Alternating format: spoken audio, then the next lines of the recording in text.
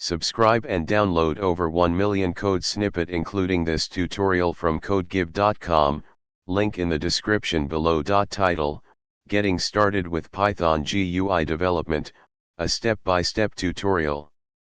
Introduction. Python offers several powerful libraries for creating graphical user interfaces, GUIs, making it easy for developers to build interactive and user-friendly applications.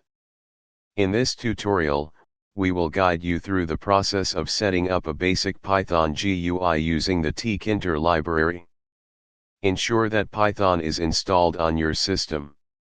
You can download the latest version from the official Python website, https://www.python.org/downloads. Open a terminal or command prompt and type the following command to check if Python is installed correctly. If the installation is successful, you should see the version number of your Python interpreter. Tkinter is included with most Python installations, so you generally don't need to install it separately. However, if you want to make sure it's available, run the following command. Create a new Python script using your preferred code editor.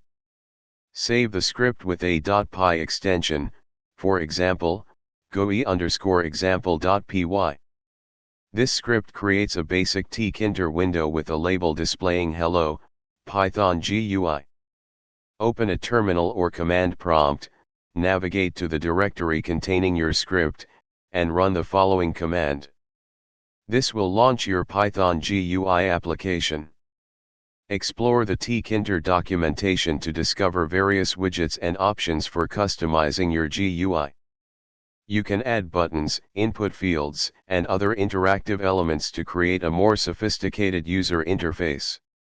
Tkinter documentation, https://docs.python.org/3/library/tkinter.html. Congratulations! You've created your first Python GUI using Tkinter. From here, you can expand your knowledge by exploring more advanced features, incorporating event handling, and building more complex applications. Remember that Python GUI development offers flexibility and simplicity, making it an excellent choice for creating applications with user interfaces.